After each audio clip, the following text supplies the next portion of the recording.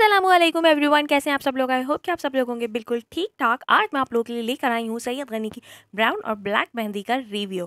Honest review है और मैं आपको इसमें सब बताऊंगी कि इसके साइड इफेक्ट क्या है और किन लोगों को सूट करती है और किन लोगों को नहीं। जैसे कि आपको पता ही होगा कि आजकल तो टीनेजर्स में भी प्री मेच्योर ग्रे हेयरिंग का इशू चल रहा है, ज़्यादा केमिकल यूज़ करने की वजह से, बालों का ख्याल ना रखने की वजह से, और जो हम लोग नेट पर से बहुत तरह तरह के मार्क्स देकर अपने बालों पर अप्लाई कर लेते हैं, उसकी वजह से हमें ग्रे हेयर का इशू हो जाता है। वक्ती तौर पर तो हमें ऐसा लगता है कि हमारे बाल बहुत अच्छे और हेल्दी हो रहे हैं, लेकिन किसी भी चीज़ का रिजल्ट लॉन्ग टर्म यूज़ करने के बाद पता चलता है कि आपके बाल ग्रे हेयर हो रहे हैं। अच्छा, ग्रे हेयर का इशू किसी भी रीज़न की वजह से आपको हो सकता है, किसी भी मेडिकल कंडीशन की वजह से, ज़्यादा केमिकल लगाने की वजह से, किसी भी रीज़न की वजह से आपको हो सकता है। और कोई भी मार्क्स अगर हम अपने बालों पर अप्लाई करते हैं तो ज़रूरी नहीं होता कि हर एक के बालों को ये सूट कर जाए।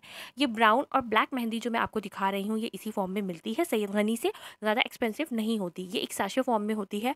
अगर आपके बाल लेंदी नहीं है तो आपका एक साशे भी चल जाएगा, और अगर ज़्यादा लंबे बाल हैं तो आपके 2 साशे या 3 साशे भी चल जाएंगे। अच्छा, ये इसी फॉर्म में मिलती है। इसकी डिब्बे के ऊपर जो है सारे प्रिकॉशंस लिखे होते हैं, सारे इंग्रेडिएंट लिखे हुए होते हैं, सब कुछ हाउ टू यूज़ सब लिखा हुआ होता है कि इसको किसको किस तरह से यूज़ करनी है। इसमें आंवला, रीठा, सिकाकाई, सोडियम और कार्बोनेट वगैरह जो इसमें सारे इंग्रेडिएंट लिखे हुए आपको स्क्रीन पर नज़र आ रहे होंगे, इस तरह के सारे इंग्रेडिएंट होते हैं। इस पे इसकी जो है ना नेट पर बहुत हाइप थी कि ब्राउन मेहंदी है, ब्लैक मेहंदी है, कि बहुत लंबे टाइम के लिए जो है ना आपके बालों पर स्टे करती है। इस वजह से मैंने इसको बाय किया था, क्योंकि एक्सपेंसिव भी नहीं थी, तो इसलिए मैंने थोड़े ज़्यादा डिब्बे मंगवा लिए थे। और मैंने इसलिए भी मंगवा लिए थे क्योंकि ये वेबसाइट पर अवेलेबल बहुत मुश्किल से होती है, क्योंकि ये जैसे ही स्टॉक में आती है वैसे ही आउट ऑफ स्टॉक हो जाती है, बहुत लंबे टाइम के लिए आउट ऑफ स्टॉक हो जाती है।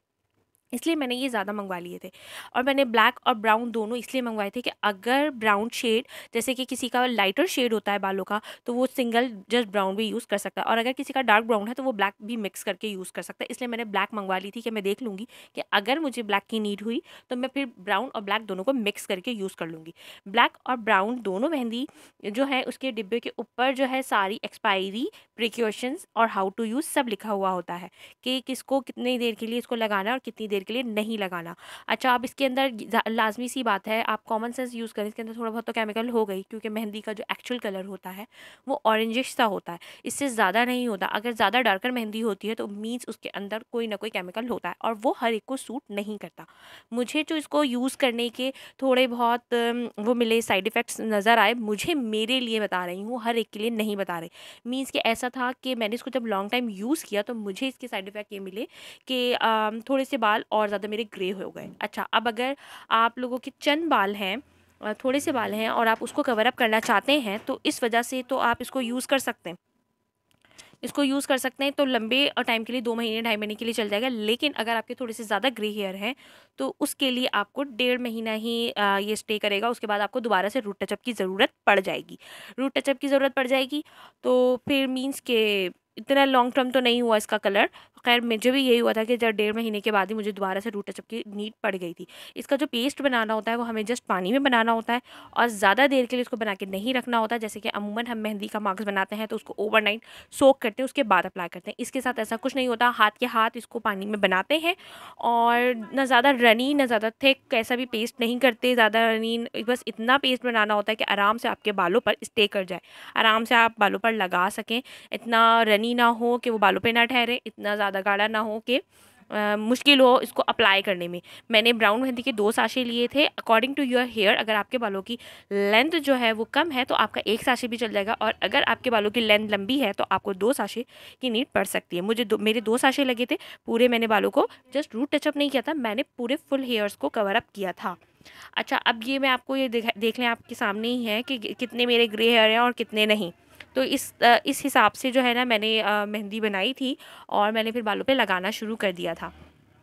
इसको जस्ट 1 आवर के लिए लगाना होता है, इससे ज़्यादा नहीं लगाना होता। ये आप इसके बॉक्स के ऊपर भी जो है ना प्रिकॉशंस लिखे हुए हैं, और मैंने पूरे बालों पर लगा ली थी, पूरे बालों को कवर अप कर दिया था, और उसको 1 घंटे के लिए इसको ऐसे ही छोड़ दिया था। 1 घंटे के बाद जो है फिर मैं आपको इसको दिखाऊंगी बालों को वॉश करने के बाद। अब किसी भी ऑर्गेनिक शैम्पू, किसी भी शैम्पू के साथ ही इसको वॉश करना होता है, ये ऐसा लिखा होता है। अच्छा, अब आप ये देख सकते हैं मेरे बाल, अगर आप गौर से देखें मेरे बालों को, तो मेरे बालों का जो कलर है ना वो डार्क ब्राउन है। मीन्स मैंने ये गलती की कि मुझे जो है ना इसके अंदर ब्लैक कलर मिक्स कर लेना चाहिए था, तो ठीक रहता। अगर किसी का लाइट ब्राउन है तो वो जस्ट ऐसे भी यूज़ कर सकते हैं। ये था मेरा सैयद गनी की ब्राउन और ब्लैक मेहंदी का ऑनेस्ट रिव्यू आपके सामने। मैं इसी तरीके के और ज़्यादा रिव्यूज़ आपके लिए लेकर आती रहूँगी। वीडियो अच्छी लगे तो लाइक शेयर सब्सक्राइब ज़रूर कीजिएगा।